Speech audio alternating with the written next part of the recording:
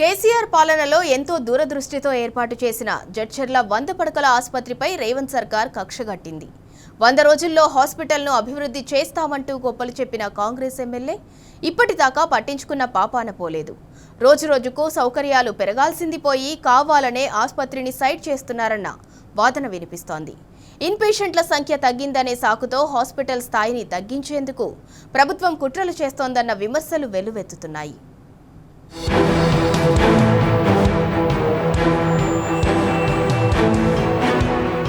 కేసీఆర్ పాలనలో మహబూబ్ నగర్ జిల్లాలోని జడ్చర్ల నియోజకవర్గం శరవేగంగా అభివృద్ధి చెందింది.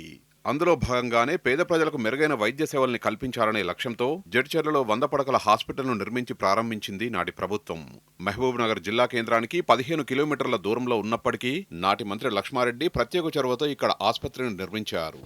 జడ్చర్ల పట్టణంతో పాటు జడ్చర్ల మండలం, మిడ్జిల్, రాజాపూర్ మండలాల ప్రజల కోసం హాస్పిటల్ను ఏర్పాటు చేశారు.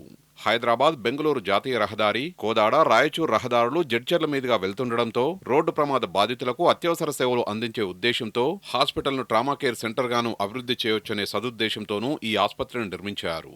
అలాంటి జడ్చర్ల హాస్పిటల్ను ఇప్పుడు రేవంత్ సర్కార్ గాలికి వదిలేసింది.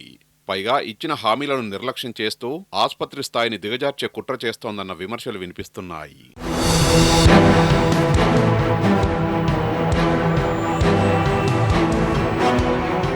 రాష్ట్రంలో కాంగ్రెస్ ప్రభుత్వం అధికారంలోకి వచ్చిన తర్వాత జడ్చర్ల హాస్పిటల్కు బ్యాడ్ టైం మొదలైంది.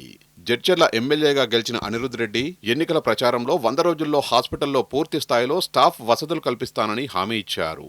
కానీ ఆ హామీ ఇప్పటిదాకా నెరవేరలేదు. కాంగ్రెస్ సర్కారు ఏర్పడి 2 ఏళ్లు కావస్తున్నా ఇంచు కూడా పురోగతి లేకుండా పోయింది. దీంతో విధిలేని పరిస్థితుల్లో ప్రతి చిన్నదానికి పేషెంట్లను జిల్లా హాస్పిటల్కి రిఫర్ చేస్తున్నారు వైద్యులు. ఇటీవల పురుగుల మందు తాగి ఆత్మహత్యాయత్నం చేసిన ఓ రైతు హాస్పిటల్కి వస్తే మహబూబ్ నగర్కు రిఫర్ చేశారు. అయితే అత్యవసర సమయంలో చికిత్స అందకపోవడంతో ఆ రైతు ప్రాణాలు కోల్పోయాడు. ఈ నేపథ్యంలో ఎమ్మెల్యే అనిరుద్ రెడ్డి ఇచ్చిన హామీ ఏమైందని ప్రశ్నిస్తున్నారు జడ్చర్ల ప్రజలు. రేవంత్ పాలనలో ఈ ఆసుపత్రి పరిస్థితి ప్రైమరీ హెల్త్ సెంటర్కు ఎక్కువ, కమ్యూనిటీ హెల్త్ సెంటర్కి తక్కువ అన్నట్లుగా మారిందన్న విమర్శలు వినిపిస్తున్నాయి.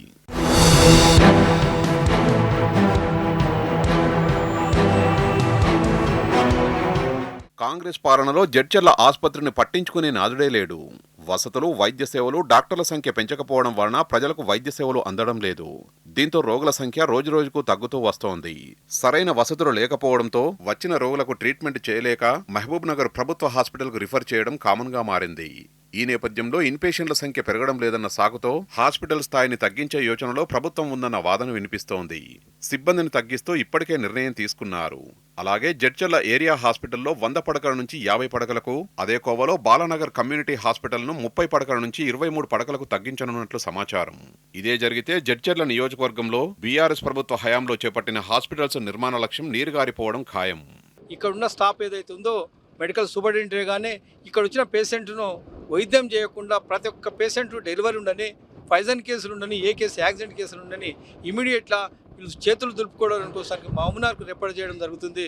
దాని నుంచి ఇక్కడ ఏంటంటే ఇన్పేషెంట్ యొక్క సంఖ్యను తగ్గించడానికి కోసం ప్రయత్నం చేస్తున్నారు.